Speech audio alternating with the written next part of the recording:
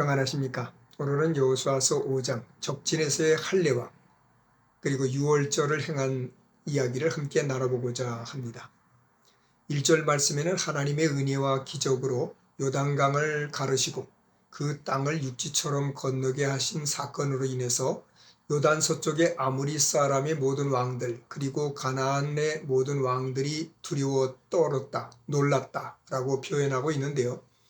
아모리 족속들은 거인족들입니다. 이들은 모세가 처음에 정탐꾼을 보냈을 때에 정탐하고 온 사람들이 그들을 보니까 우리는 그들에 비하면 메뚜기 같았다 하면서 두려워했던 족속들이었습니다. 하지만 하나님의 능력 앞에 오히려 거인족이었던 그들이 공포에 휩싸이게 되고 두려움에 정신이 나가버리고 말았습니다. 2절에서 9절입니다. 요단강을 건너와 길갈에 진을 치고 있는 때 여호와 하나님께서 여호수아에게 이스라엘 백성들에게 할례를 행하라고 명하십니다.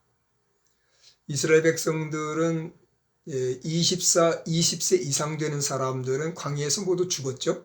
그럼 20세 이하 되는 사람들은 이미 애굽에서 할례를 받았을 것이고 광야에서 태어난 사람들, 그 사람들은 할례를 받지 못했기 때문에 그들에게 모두 다 할례를 행하라고 명하신 것입니다.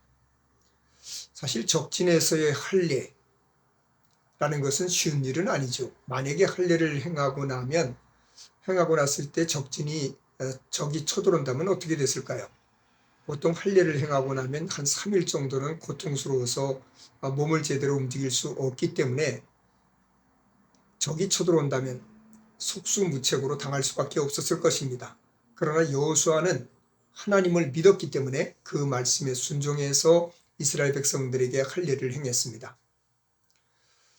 그때 하나님께서 여호수아에게 내가 오늘 애굽의 수치를 떠나가게 했다라고 말씀하셨는데 이것은 애굽에서 노예 생활을 할 때의 그 수치뿐만 아니라 이스라엘 백성들이 광야에서 방황할 때 애굽인들이 조롱하면서 저들을 봐라, 애굽에서 나가서 저렇게 방황하면서 물도 제대로 없는 곳에서 방황하고 있다고 조롱 섞인 말을 했던 이런 모든 수치들을 끝내버리셨다는 말씀이겠죠.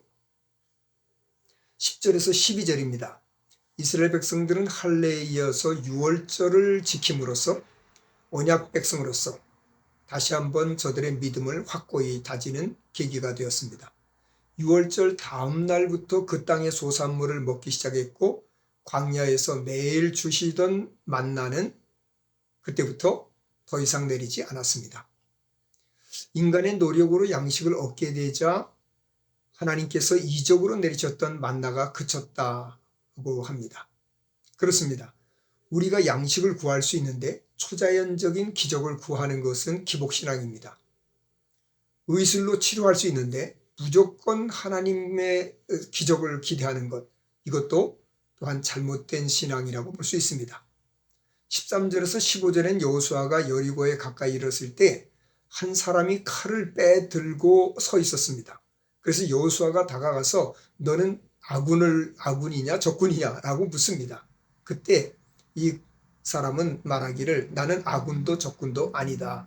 나는 여호와의 군대 장관으로 왔다라고 말씀합니다. 여호와의 군대 장관이 왜 거기 왔을까요? 왜 칼을 빼들고 거기 왔을까요? 여호와의 군대 장관은 이편저편이 아니라 오직 하나님의 영광을 위해서 존재하는 분입니다. 다시 말하면 죄인들을 위해서 칼을 들고 있는 거죠.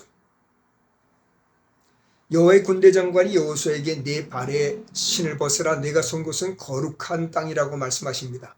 하나님이 원하시는 것은 거룩함입니다.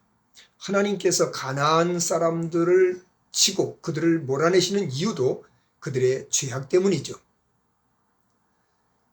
인간적인 계산으로는 길갈에서 할례를 행하는 것은 이건 말도 안 되는 소리입니다.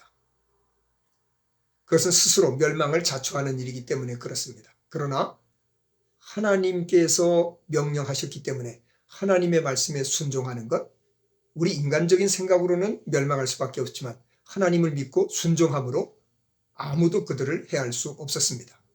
오늘 우리들 인간적인 생각으로 판단할 것인지 아니면 하나님 말씀에 순종할 것인지 우리 생각으로 판단하지 말고 그분의 말씀에 무조건 순종하며 나가는 그리스도인들이 되기를 간절히 바랍니다.